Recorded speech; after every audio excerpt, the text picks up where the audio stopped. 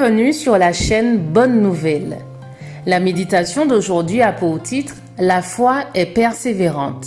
Hébreux 6, verset 12 nous dit « En sorte que vous ne vous relâchiez point et que vous imitiez ceux qui, par la foi et la persévérance, héritent des promesses. » Amen.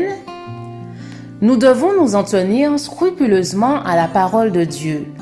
Nous avons besoin de ses avertissements et de ses encouragements, de ses menaces et de ses promesses. La Bible tout entière est une manifestation du Sauveur. On doit la considérer non seulement comme un document, mais aussi et surtout comme une parole que Dieu nous adresse personnellement. Lorsque tous ceux qui étaient dans la peine venaient solliciter son aide, le Sauveur voyait en eux tous ceux qui, dans les siècles à venir, iraient à lui avec les mêmes besoins et la même foi. Lorsqu'il disait au paralytique « Mon enfant, tes péchés te sont pardonnés », il parlait également pour les âmes affligées qui, plus tard, solliciteraient son secours. Il en est ainsi de toutes les promesses de la parole de Dieu. Jésus nous les adresse comme si nous entendions réellement sa voix. C'est par elles qu'il nous communique sa grâce et sa puissance. Elles sont les feuilles de cet arbre dont parle l'Apocalypse 22, verset 2, et qui sert à la guérison des nations. Elles deviennent la force du caractère, l'inspiration de la vie. Il n'est rien au monde qui possède une plus grande puissance de guérison. Dieu aime ses créatures d'un amour fort et compatissant.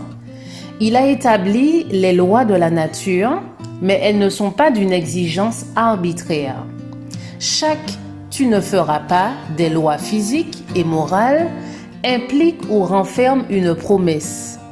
En y obéissant, on s'attire la bénédiction divine.